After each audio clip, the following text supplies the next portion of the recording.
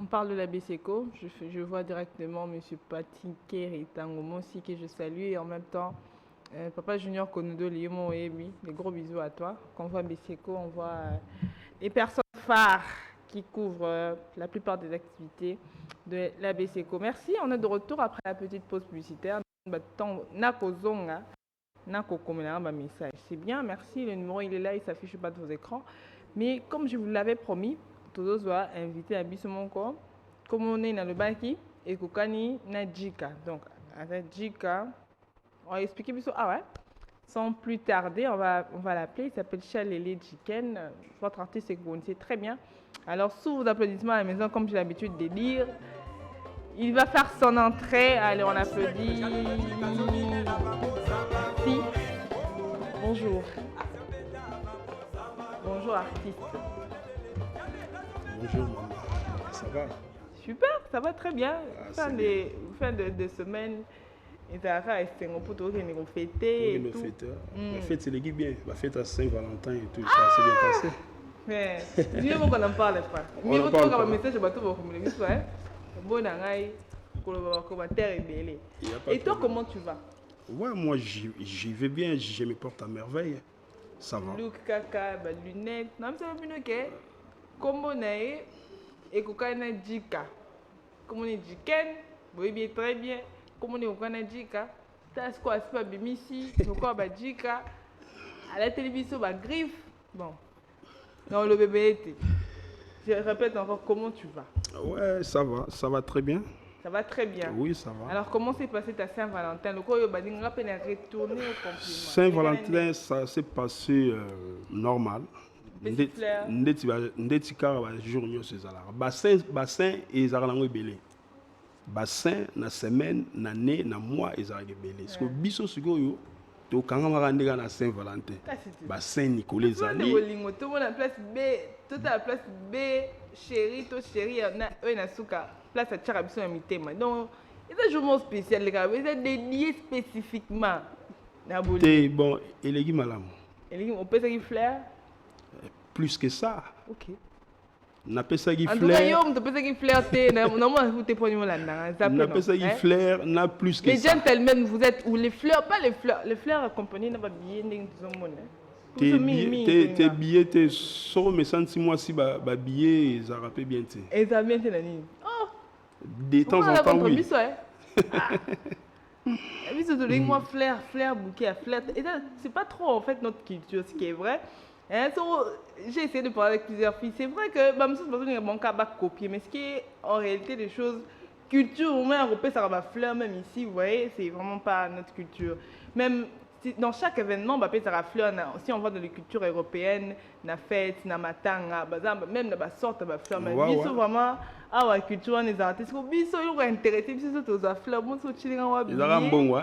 T'es au plus nos fleurs. Tu m'as billet. Donc flair accompagné na billet mon bon na billet. C'est un flair. Na kuna image à photo ça nga t'es to chango te.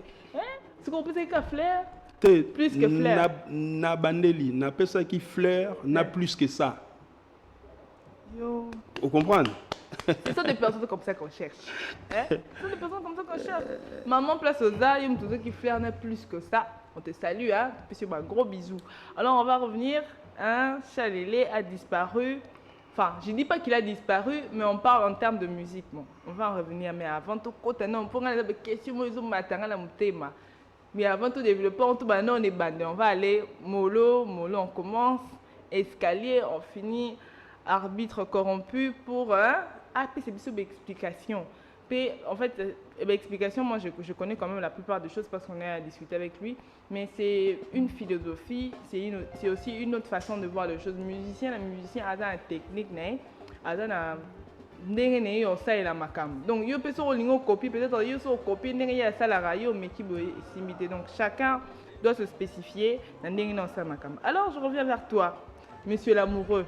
Mais c'est l'amoureux. L'amoureux, il faut respecter ma norme. Tu sais, vous respectez ma norme, c'est comme ça. Je veux te dire, il y a un affiché qui est au coup du thé. Donc, il faut rien. On peut faire un commentaire. Il faut rien. Il y a un affiché qui est au coup du thé. Aux yeux, il y a le thé. Donc, il faut rien. Il y a un amoureux. Donc, on va aller avec le tout premier titre. Aujourd'hui, nous allons discuter autour des 3 belles chansons. Ok? Et dans la diversité, ça, je dirais, il y a un générique, il y a la rumba, et il y a le tout dernier que vous allez découvrir parce que c'est en featuring. Alors, on va prendre le tout premier, mais tu es sous la mémoire, un tout petit peu, en 3 minutes seulement. Mais tu as une histoire, il y a musique, tu as comme un escalier générique, mais escalier à générique, mais mettre les missions en 3 minutes. En 3 minutes. Petite histoire. Parce que nous sommes tous dans l'histoire, Asa forcément dans l'histoire à connaître les difficultés, à connaître les pleurs, mais tu as 3 minutes pour mettre une histoire, en gros, parce que chaque artiste, chaque star a son histoire. Son histoire. Oui. En 3 minutes, je me présente. Je m'appelle Charlie Mava, Oui. pour les intimes. Ok. Et Charles Djiquens, tant qu'artiste. Jeune entrepreneur, Ok. patron directeur général de label Mava Prod, Ok. chanteur congolais qui vit en Europe. Jika, vous comprenez, hein? Ok. Donc, chanteur congolais qui vit en France et qui évolue en France. Donc, j'ai évolué à cheval, de Paris à Kinshasa Ok. et de Kinshasa à Paris. Ok. Est-ce qu'on se retrouve dans le monde de la musique? Musique na bandi comme Batunyos Babandaka, na bando imba kibumwana nanga na bando imba. Donc nga nazalaka nzembo sore bimisika po oye bango bien fo nga na imbango. Ah ezaka nde boye, balobaka nde boye, ba parole ya nde boye. Donc depuis na ba âge à 8 ans. Âge à 13 ans na bando imba na ba chorale. Mais ezalaka soka na koti na chorale moko na ba benga ninga. Mais yo zo na ki emene a neni yo mwana muke ozo yemba na bikolo na chorale ba yemba boye te fo yemba boye. Bu ba chorale après na ba camarade à quartier na bu mwana to bando yemba ba musique na tso ba manzanza wana kaka wana sko ngasko do na imitara we ranson. Do na imitara Vincent. Bozo na bino ba jibe bozo ba blaze bula bozo ba mandanga botiklangara wera.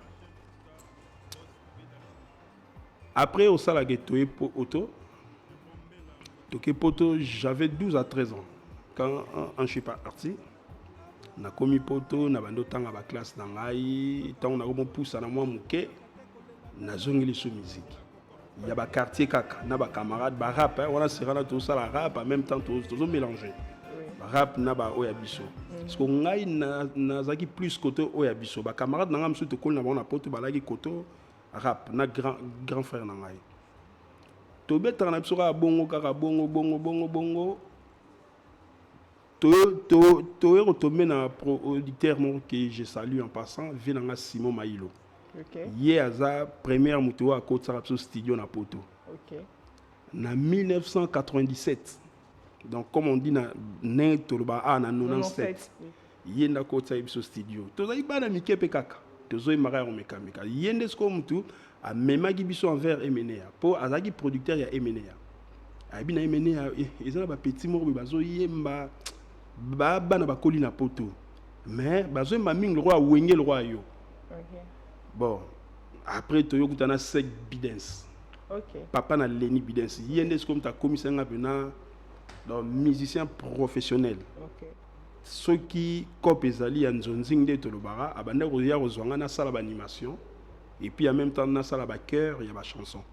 A kutantinga na ba Orlis Mabele, ba Dido Yogo, ba Papa Wemba, ba Awilo Longomba wana pire vie na Awilo Longomba. Yepé to travailler ya trop. Ba Awilo Longomba donc ba Montana sommet des sommets, venanga na PC Mbote Sikazali, venanga Emelia.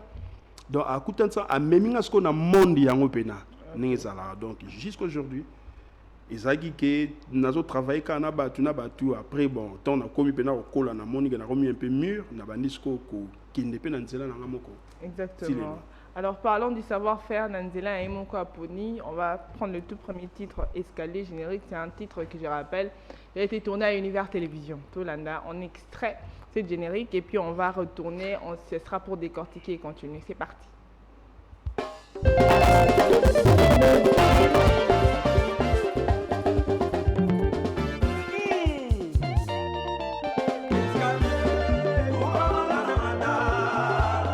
Escalier,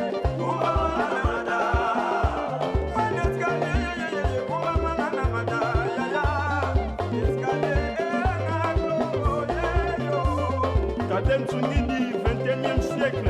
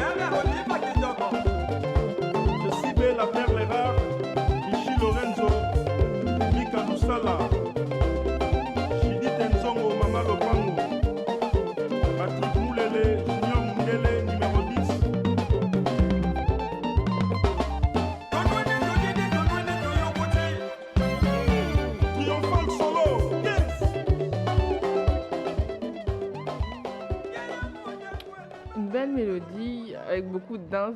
Ah, Obi Namakasu. Namekara. J'ai envie de dire quelque chose. J'ai envie de dire, on veut voir une scène, mais au fil des années, tu as né je pose la question. Luke, tu as né wana. Na Luke, tu as né o. Ni Luke.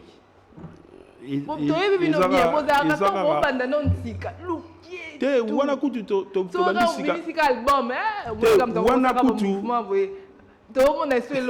wana kutu eza opus na biso eza troisième opus je crois eza te album na biso sika o moni wana oui eza deuxième album non eza pe kutu album eza single oui avant ça déjà tout ça là déjà album. Mais qu'est-ce qu'on les moins récent que Baneti arbitre corrompu. Bon, si vous Luketu oyo moni wana na Luketu alelo. Je crois que Luketu alelo les guisus. Je crois. J'ai envie de dire, on veut voir une preuve.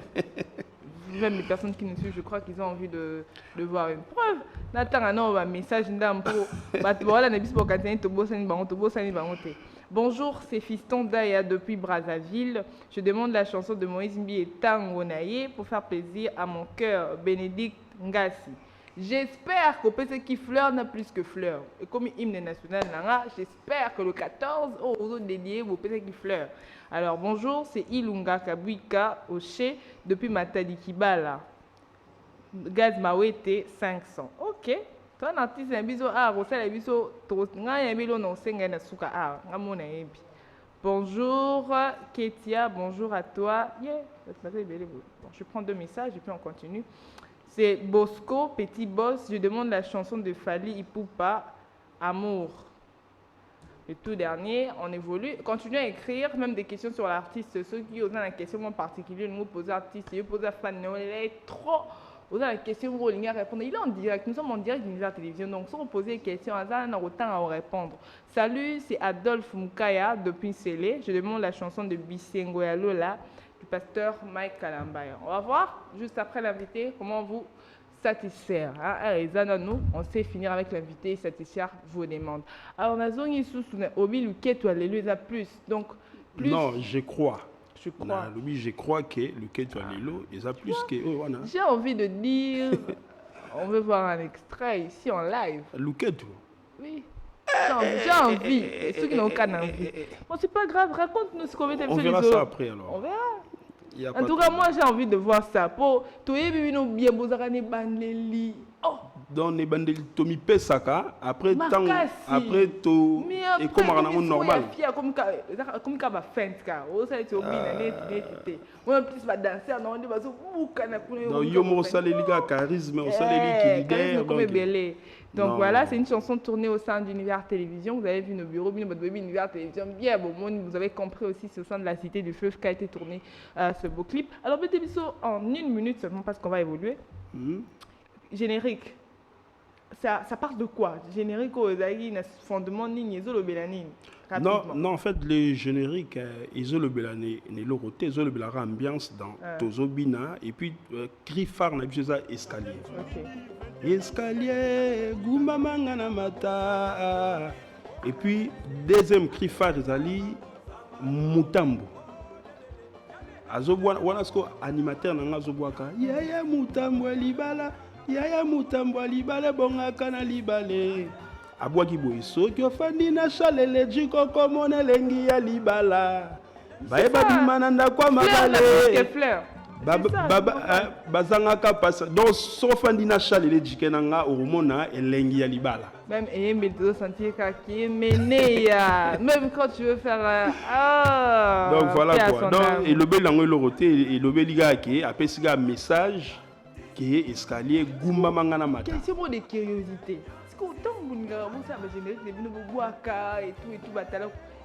Qu'est-ce qui vous motive? C'est quelle inspiration? Non, ça part de tout, ça part de rien. L'inspiration, ça vient de partout. Au moins, l'inspiration, au moins, au sein de l'émission, il y a pour inspirer.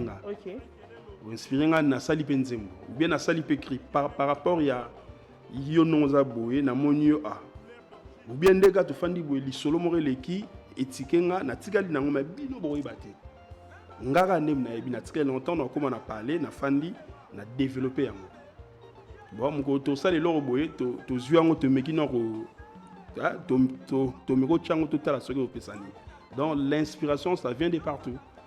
En tout cas, le réel de ce beau clip que vous venez de suivre est justement là. Hein? Je crois que papa non soit vrai été Bobombaï, réel héros dans l'ombre. Donc il faut garder soigneusement et jalousement Mika. Je te salue de là où tu es. On va passer avec la rumba parce qu'il y a 3 différents styles de chansons que tu nous as ramenés aujourd'hui. Après, peut-être pour passer dans des questions divers. Capelton. BP. Raconte-nous un peu. Rumba. Capelton. Yébisanga est vraiment inspiration. J'ai toujours du mal. Parce que, par exemple, j'ai suivi un moment, Inospi Asalina, ah oui, le bâton vieux. Mon sapi et tout. J'ai mis ça, mais là. Respiration, mon Lokolo Molayi.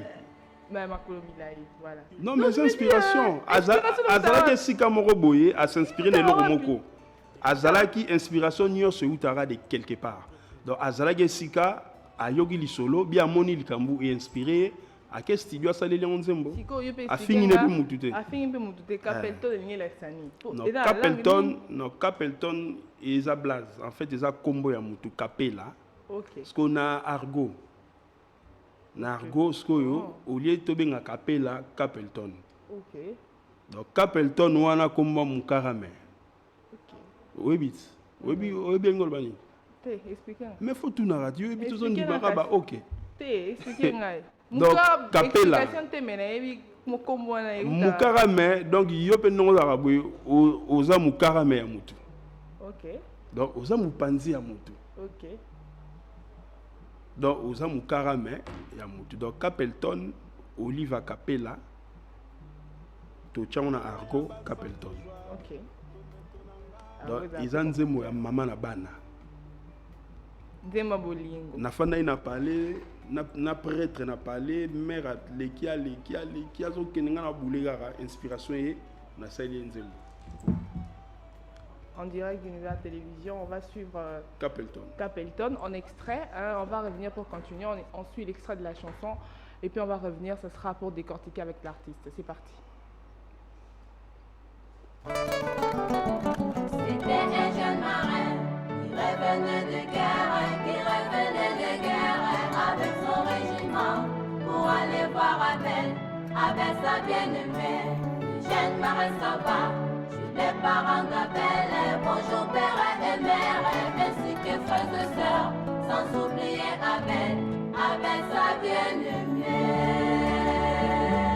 Une bougie peut surgir la lumière dans un endroit plongé dans l'obscurité. Depuis des milliards et des milliards d'années, grand prêtre Mama Bana.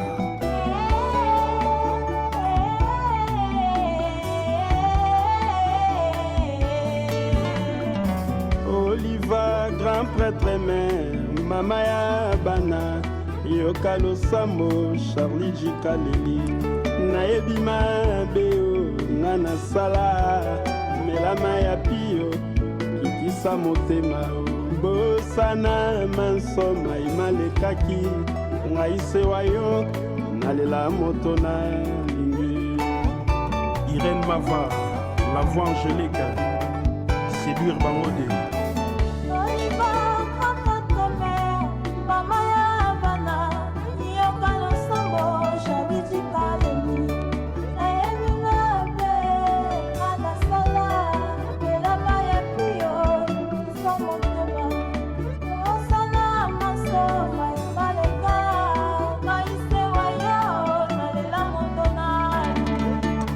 Mama Kimpangi, Fifi Wedge, Gabin Kitoko.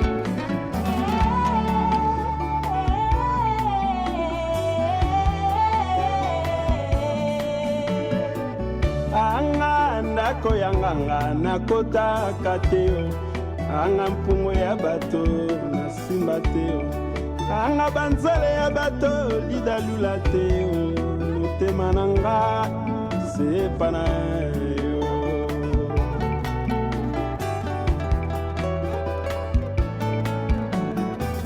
Bate la porte ya ndako nanga ya bolingo, nokite moyibi ya bolingo akota pénétrer, à découvrir des coussins nanga ya basanti joie, tombeto nanga wana nga na we.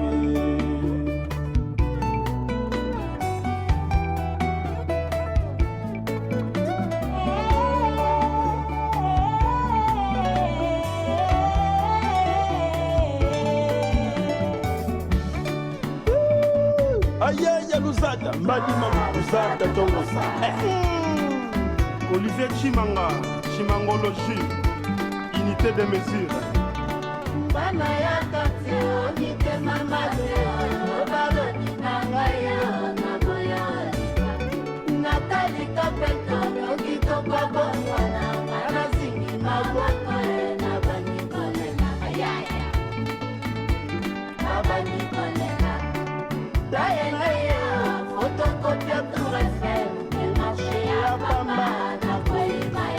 Vizolongo et fan de Liamer na vie de do Momonda Jacamine.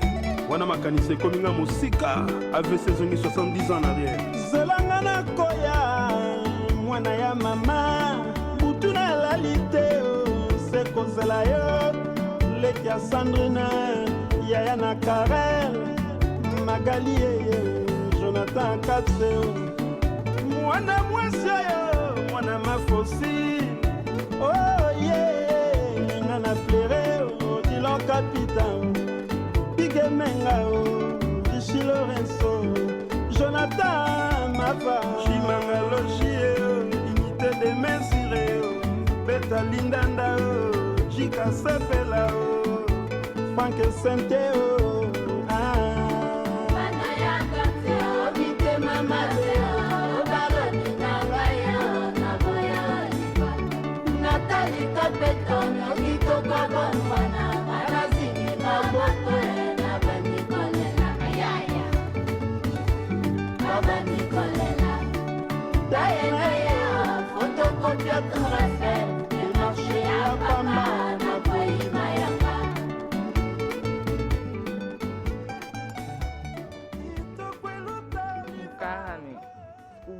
Vous comprendrez pourquoi j'étais en train de dire Emene. L'artiste ne meurt jamais. Hein. On a l'impression que c'est Emene à qui chantait. Aux Upina style, mais qu'est-ce qui se passe en fait? Non, mais Aza vient moro na fandine trop. Au moins temps on fait trop na mutu, solo linga mutu ana au comme sala mamloye sans omiyeba. Oui, ça c'est vrai. Au moins, il y a un mot, ils ont donc bâti comme Hollanda.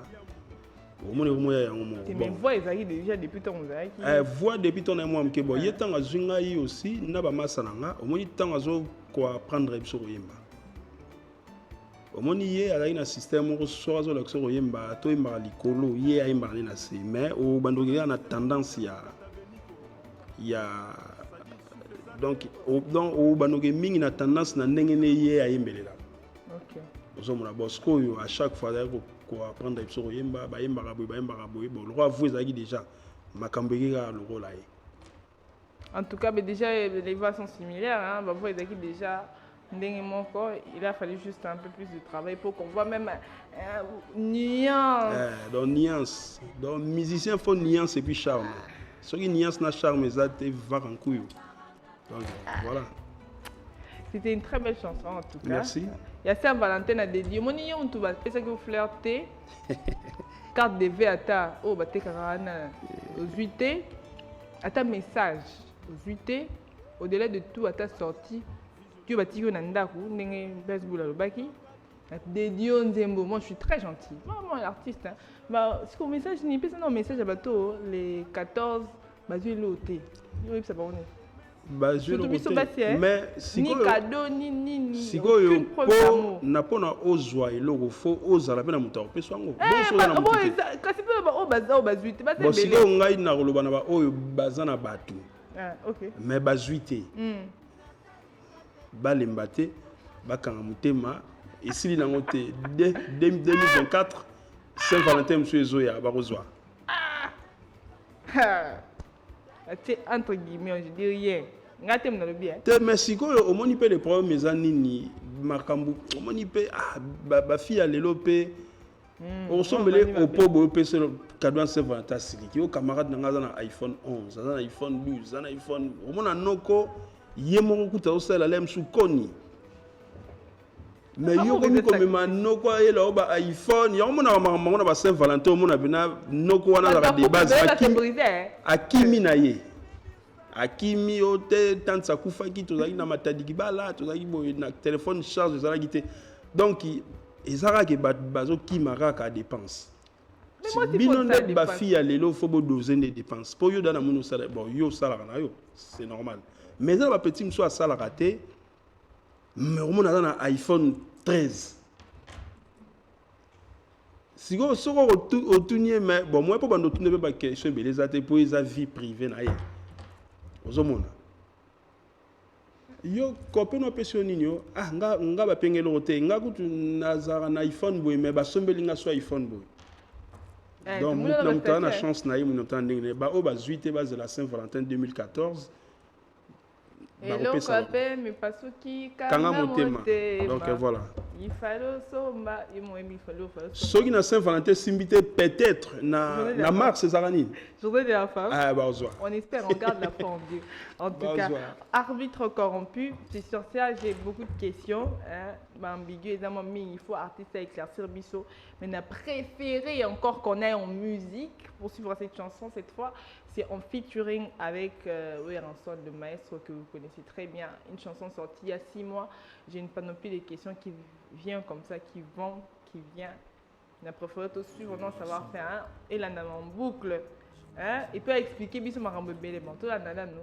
Arbitre corrompu en featuring avec Weranson, que vous connaissez si bien. Un très beau titre qui est sorti il y a 6 mois.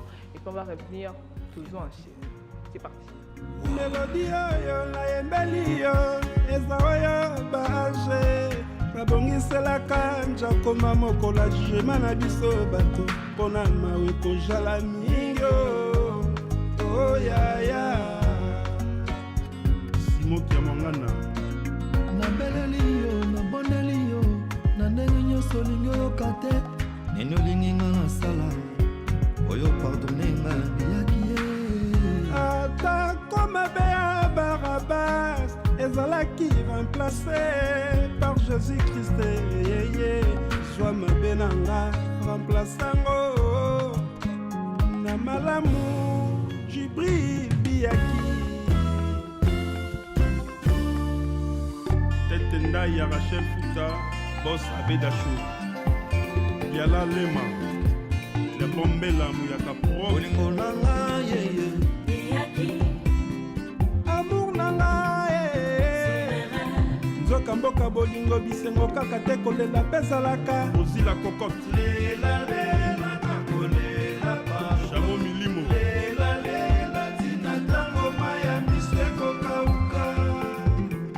Claude Mava Libenga Igemenga Erwi Mongo Soni Kamanda Fédération ya lave pania Djibril Biaki ozala maître du terrain ya match oyo yanga na ba adversaire nanga Djibril Biaki nanga papa na Leslie Babi Monzale papa na Clinton menasoka moi Djibril Biaki akomi arbitre corrompu bolingo ezalaka likama motema sor nanga eyebani lela nakolela pardon lela tina tangoma ya miso ekokauka Oliva Calpeton mama Claudine Kino président Dom na Lille bolingo nanga yeye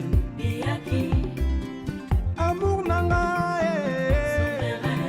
Greg la vie golf qui sera dégâts matériels maman Monique na Luanda l'ingénieur du son Mounia Prod lela nakolela pardon lela tina tangoma ya miso ekokauka Asnan Boutou Chaslin Boutou fils à papa Djibril eyaka nanu pardon Biaki pusana nanu pene nanga Wali Yoshi Paris match komi 90 minutes na gagné 5-2 Djibril a tché prolongation est-ce que ezalaka vraiment nakobimisana mobulu te onazobanga carton lela nakolela pardon lela tina tangoma ya miso ekokauka Ousmane Kouzele Berger Nyangasa directeur Christian Pemba Taylor Shore à l'intouchable Océan Diallo Blaise Moutou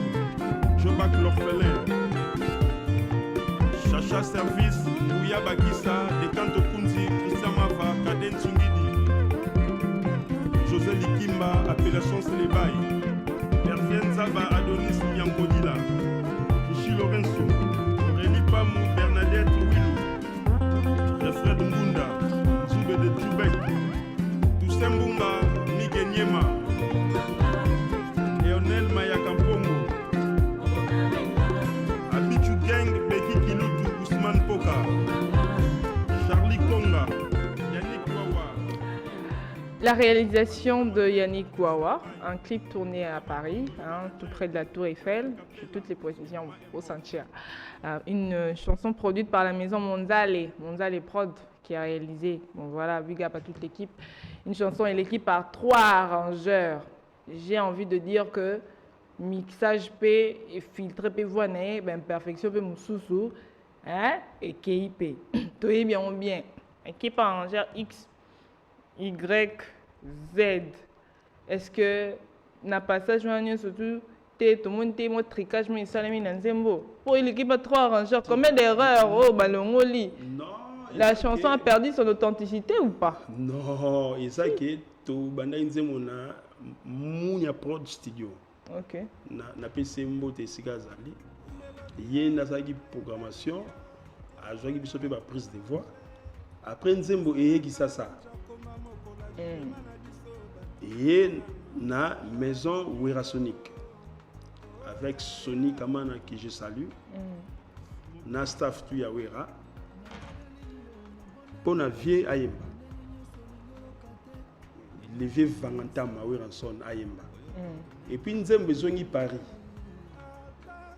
Et pas l'ingénieur Lenny Bidens pour Asala.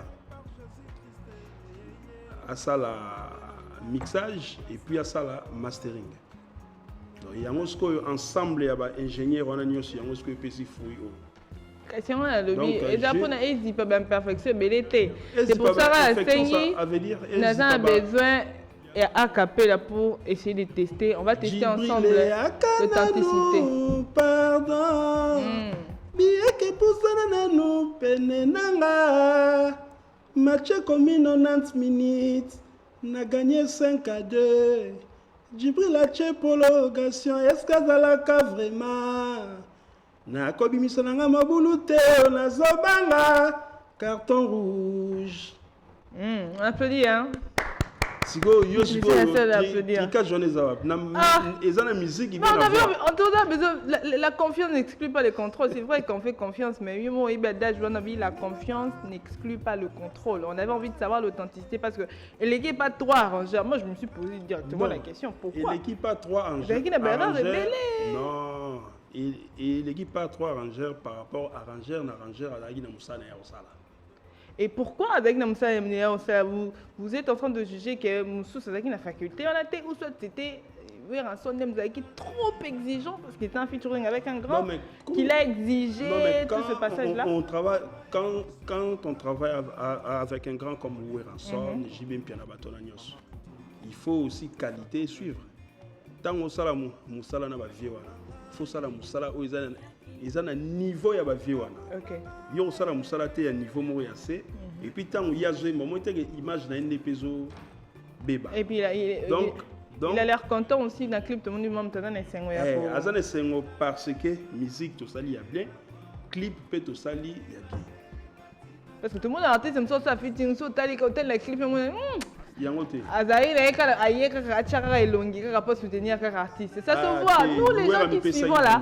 Bisous, c'est la petite chronique musicale. Là, on a la clip, on a un featuring avec quelqu'un et que tu n'es pas à fond, tu remarques quand même ta façon de te comporter avec le clip. Le monde avec moi, désintéressement, ça va se lire dans les yeux. Mais là, on sent qu'il y a l'implication, il y a ça veut dire que c'est un bon travail. Vous avez découvert tout autour, il y a Tour Eiffel, Salemi, Rumba, arbitre corrompu. Bon, arbitre corrompu, c'est juste un nom, c'est juste un nom. Et en fait, un titre, quoi, au Zwaki, pour nous, Tchana Nzembo, Toé Mbelagi, un ami, qui s'appelle Djibril Biak. C'est un jeune entrepreneur aussi comme moi. Donc, Paquet, moi, c'est même pour Mbele. Oui, il y a un paquet. Bon, avant même Paquet, c'est un ami. Est-ce qu'on parle de M. Zabizo Donat? L'art est vidé depuis Diego Cao. Depuis Kalamba.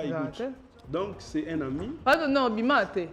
C'est un ami qui s'appelle Djibril Biaki. À la masse, tout ça, na Inda Lingaki, na Imbela Nzembo. Ok.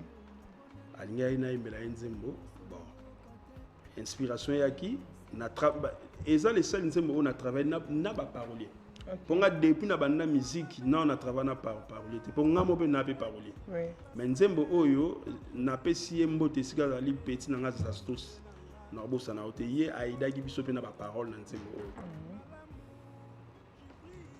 Alobi nga Nzembo na ngai lokola yo ozana mo ba tendance ya ba kester ya ba wera Nzembo oyo j'aimerais bien oyo mangona 20 sonne. Pour nga na bande da ko yemba déjà wera va to yemba Nzembo. J'ai un ami aussi qui s'appelle Babi Monzale Prod que je salue aussi en passant. C'est lui. Yenda memanga envers Werson, ye na Sony Kamana. Bangonde bato ba sala ke ngai na yemba Nzembo oyo na le vivre en ntama Werson. OK.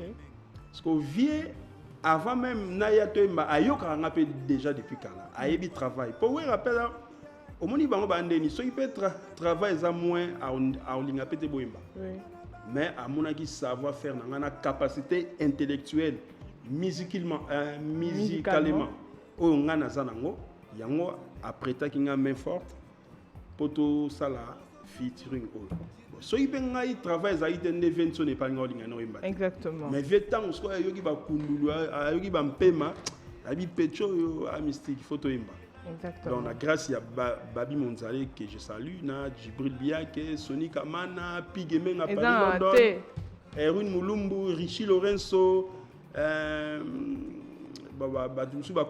toute l'équipe en général ouais bango tuana ba participer qui na projet oyo. Ok, voilà quoi. Ok, très intéressant. Et puis, Mika Lusala que je salue, Yenda Zali, côté marketing, il y a un bateau tout bas, on a un zéro les cas. Justement, moi j'ai une question pour Mika, mais c'est toi qui vas répondre. Oui, vas-y. Question d'Angaïsa Oyeba, Nzembo Ibimi il y a 6 mois. On continue de nous faire consommer la même chanson. Pourquoi? Parce que le paquet était tellement grand que Tiki Bissou tout consommé. Je rappelle que cette chanson est sur toutes les plateformes de téléchargement, hein? Sur Oui, YouTube, si, Spotify, TikTok, Deezer, partout. partout. Sur toutes les plateformes de téléchargement. Les titres sont arbitres corrompus, donc tu peux retrouver sur toutes les plateformes. Yo, Bissou doit être artiste, c'est comme il faut vivre tout le temps. Avant, Tout le temps, combien de temps? quand on a cette question là, On a ça. on sait avec le monde d'aujourd'hui, on n'est plus en 2010 ou 15 ou après pour sortir une chanson, il y avait beaucoup de choses à faire. Mais aujourd'hui, on a quand même la technologie nous a ramené beaucoup de facilité où on sait voir l'artiste nous ramener des chansons fréquemment. Si on va dans la logique, de quelle logique où l'artiste a mis 6 mois, 6 mois et moi, avec les gens ils fatiguent et tout, mais si on sentir dans l'autre, on nous laisse consommer seulement le tout dernier ici, arbitre corrompu. C'est quoi cette technicité? Paquet Zaki tellement grand, hein, Mika. Paquet Zaki m'nène ma casse que. Qu'est-ce qui se passe? Pourquoi tu as disparu et tu nous as laissé seulement cette chanson-là? Pourquoi? Il se passe que artiste à non, s'il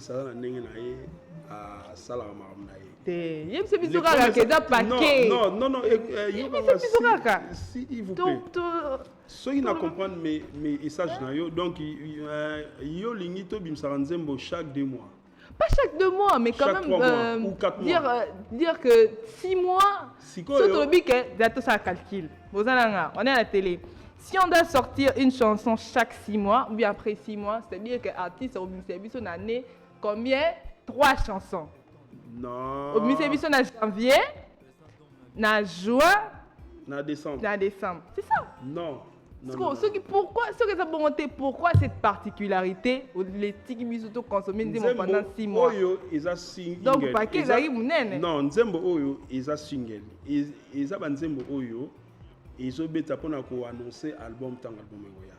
Album Tango Goya, ceux qui te salient par exemple, album il y a 10 chansons. Parce que nous avons il y a 2 mois. On a titre par titre. Chaque 2 mois, tu clipes Oyo. To lancer en haut. Chaque 2 mois, tu clipes ou tu lancer en haut. Au moment où Nzembo Oyo bêta, ils ont bêta na 2 mois, babimisi 2 mois, babimisi. Wana ils ont unique. Ils ont Nzembo moko boye. Borobi nango na TikTok, bobini yango pendant 2 semaines. Après, il est kikaraboui inaperçu donc badbazo kango susute. Parce que biso musique auto sala ils ont chef d'œuvre. Ils ont Nzembo Oyo to linga etikala na mémoire. Ya batu. Ils ont Nzembo teke bino bobini na TikTok à 2 jours nenge bosali bobenga oni. Challenge non, nous on ne veut pas coucher d'une souris. Okay. Nous on fait des choses qui restent. Tous ta musique oyo poétique là, c'est qu'on a seko. Donc ceux qui sortent les chansons 2 mois, 3 mois. Au moment il est là, dis-toi bien que nga na otamla na ville qui ça awa. Na babar na yokaka. Fifi na la lite butu ya lelo, c'est mato isindili libanda koyo kasoki okoya. Ndakolanga ekomi molili yo mozongi oui bien Nzembo wana. Nzembo Redi Amis. Nzembo wana bima je crois depuis 1990. Si je me trompe pas. Mais ça Nzembo betaratilo na baba. Mais Nzembo o monsieur zo bima lelo même pas 6 mois 4 mois. Borobi na on a ba réseaux sociaux et limoué. C'est un problème de travail ou bien c'est un problème de temps? Et puis ba artiste on a bazo vivre na ba œuvre na bango te. Musique ya buzz. Biso do beta musique pour tout on va parler, tout ça va bien, donc on veut vivre de ça. Non, mais musique, tu fais allusion à quel artiste? Et puis c'est biso, on va aider la conseil. Non, artiste nini oyo Monica na réseaux sociaux. Peut-être aider. Ngana ko luke personnellement, je le contacte voilà artiste bro. Na réseaux sociaux ba petit ba ça ba musique. Petit nani ka. Nzembo et Simbi pe. Mais au moins 3 mois 4 mois bon tu na akenda wapo amona na rasuite wa tika. OK. ozomona Moi, c'est un exemple. non namonaka me bakombo nde nayebi te mais sikoyo biso nous moi je suis né artiste. Oui, on boit une comme. Mon père fut un artiste sculpteur. Ok. Père nanga bazaki papa Liolo, papa Lufa oyo asalaki kwa fikine. Ok. Na ye bango 3 wana. Donc biso art eza makila art eza ka teke na salelo o mona TikTok bat babini bini mbang eleki non nga na sa musique oyo et ko faire vivre nga oyo rememanga pe partout. C'est pour ça il faut prendre du temps. Tu veux dire. Non, ce n'est pas ça, il faut prendre du temps. Mais 6 mois, c'est pas beaucoup, 6 mois. Tout ça, les calculs simples. Si chaque 6 mois, non. Artiste, la mise au liming, le djika djiken, doit nous sortir une chanson. Ok. Nzembo oyo isa single. Oyo izali ko annoncer album ezoya. Parce que on a la logique dans le baquet. Nzembo au paquet, mais qui tellement que on peut pas s'en passer comme ça. JB Mpiana. Papa chéri que je salue, qui est JB Mpiana. Ok. Oui, balle de match et bien après combien de temps? Plus de 10 ans. Ah, mais Zobeta lelo, Mouta ko sauté na poto, album Zobeta on balle de match. Même ici. On sait moment sali 50 ans. Ah, comme on a 50 ans, mais je te dis, mais Nzembo Nzanze. Donc, Zobeta de partout. Mais si vous avez petit wana oh yozolo ba wana ba demo. Tangela biso combo. Na ebiso ke ba combo na ebité. Tangela biso combo, on veut savoir. Moi je peux. Il fasik Zoya, Kalate. Qui m'aime bien. Oui, il fasik. Mais il fasik Zoya et Zanze momo na bandi okomango ça fait 3 ans. OK. Mais na komango kama le ndeti peut okuta na yo o inspirer ngane lo mo. Na ke ne ko bakson na il fasik. OK. On a compris. C'était un très bel échange. Merci beaucoup. Mais il y a quand même des jeunes au bazo salapé au bina tombe la drapeau mboka wa ça me sala bien. Tangela oh tanga sikombo. Bazé belé. Tang to bandi. Prends. Bazé belé. Kasi tanga te. Yo ni utanga sikombo tende. Neni place ya zo ye bape ke mutu mo bope. Yo bi bato bandimi. Na utanga lo na ro banda lo na Inonce bi. OK. Inonce bi azosala makambo yo ke ezopesa mboka pe honneur. Azotombola drapeau mboka. Na pesi mbote courage mon frère. Donc le roi Gaz Mawete. OK. Gaz Mawete. Wana ce qu'on entend na ba jeune hein. Gaz Mawete osala pe musala kitoko na tala clip na mo boya wa nzembo ngoti itre na mo kiminga 500 francs blo mona te quit na 500. Franchement na sepela na concept ya clip. Un beau clip, une très belle histoire aussi. Nani, comment il s'appelle? Aoutemana Inonce bi. Basali nzembo na bango moko boye yepe susu na Gaz Abilus. Gaz Abilus wana. Ah salam bien, très très bien. Et puis Aoutemana héritier. Gali Garveille. Gali. Ah salam très bien. Donc il y a des jeunes bazo tombo la drapeau en mboka. Bazé belé mais il y a ba petit msou ba sala ba nzembo ba TikTok. 2 semaines à Bungi. J'ai envie de dire que mais c'est un titre, j'ai envie de te proposer des chansons. J'ai envie de te proposer ça. Mais j'ai pas envie de créer une polémique parce que les jours en hiver. Les jours de biso. Na yebite na mona akaramko na tout na jeune moi imba nzembo moko boya kenda viatika. Donc ayemba ndeka kwa yemba. Comment nzembo mo ne disparaître. Exactement. Bon tokende bon nzembo mo elinga ba jeune ba sala nzembo bela oui bon bon baki inda bazali tout le monde internet tout depuis ba bimisa bela ti il est le monde nga 6 mois bien bango banda ba bimisa bela 4 ans mais nga 6 mois kaka au monde siko na tengi yoka moko donc ba bimisa eyaka eye nonka apoya. OK. Jeune mo ba bimisa nzembo mo na lela ngo makasi bon yende na ebité ceux qui soutiennent des arrêtés. Aïe manzembo mo Fumbwa Mouila, Fumbwa Mouila. C'est une maison de production, c'est un label mobile. Je ne sais pas si par rapport à il y a pas moyen. Mais Ayakipé, à Ningisi, mais après. À disparaître. Mais est-ce que Bisoto qui est mollo. Un peu le quoi. Nous avons un Nzembo arbitre corrompu pendant 6 mois. Yo, est-ce que yo bi ma Nzembo ne sali pour nanga? Et un problème, tu as le lobby. Au cours de ça, peine mon réseau, ça a fixé, mais maintenant, mon sous-pédé, sans suivre. On voit ça. Il y a. Moi, Mais je dis, on est au studio, on est en train de préparer. Il fallait qu'il fallait bima déjà. Oh, il y a des amis qui ont ça dans ta boîte. Il fallait que soit bimi. Il faut expliquer ce point. Étouffer arbitre corrompu. Donc c'est l'arbitre corrompu. Il y a un lobby, mesdames et messieurs. Je crois que le propos d'un gars n'a qu'au aussi d'un été. Hein? Bon, un très bel échange. Chaque 2 mois, tu vas nous dire ça. Un très bel échange, j'ai beaucoup aimé. Merci beaucoup, artiste. Le Djika. On t'appelle Charles Lélé Djiken. Moi, je t'appelle Djika. Je m'arrête là. Un très bel échange, merci. Comment on fait? Parce que jusque-là, il fatigue et énonté. Ce qui est palpable, c'est arbitre corrompu. Comment on fait pour l'avoir? Et au BTL du Soleil, la belle Nénini, on a des artistes, bon, on la donne, on a des artistes. On a des mais faute de moyens, j'ai disparu, comme tu l'as dit. Je veux refaire surface. Comment je fais pour intégrer ton label?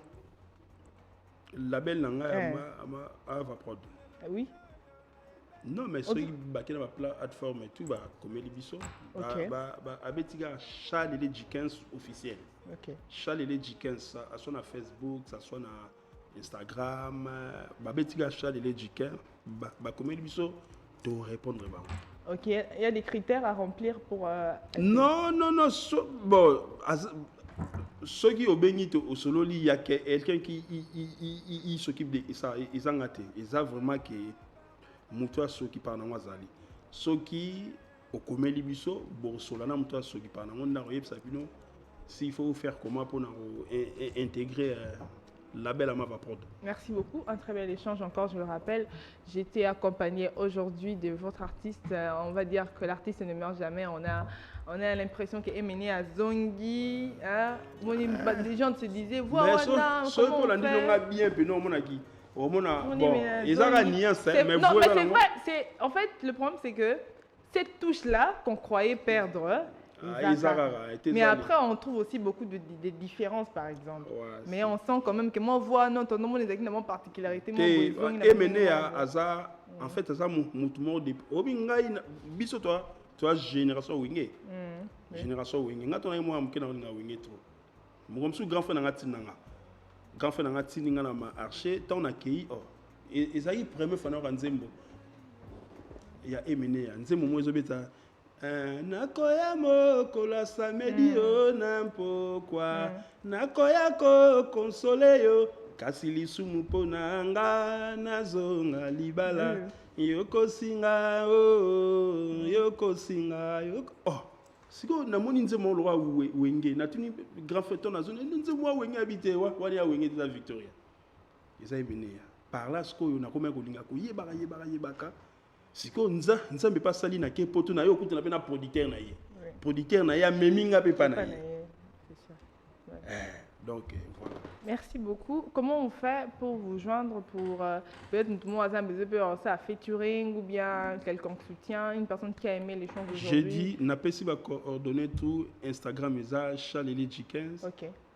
À Komelinga et puis voilà quoi. Et puis featuring les belé même moi to dévoiler aussi quoi même ba jeune on attend ba combo on attend on a ba combo moi on a bango to sola de featuring.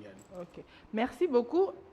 C'est vendredi, c'est le freestyle, on ne se sépare pas comme ça. Artiste, ils ont toujours ma banque. Est-ce que vous avez un bâtiment au remercier particulièrement? Je te donne une minute. Merci. Na pesi mbote na Bana Luanda, petit nanga Bouba Bilele, Djikem Wala, grand pays, venanga Simon Zimbula, Rodrigue Nava, soki toke na Sud-Africa, na pesi mbote na venanga Kulmambo, Papicho États-Unis, Massa nanga Picho Ilunga, soki toke na Sud-Africa, na pesi mbote na venanga Pichu Mayunga, venanga Sele Pire, soki tozongi mwa kote petit de Kanto Kunzi. Et certes, je vais dans Didier Mawete, Masuba Ngembo, Batutu, Bazaranga, Basalam, Nabino, Sos Automatino. Une minute, non, on est à 30 secondes.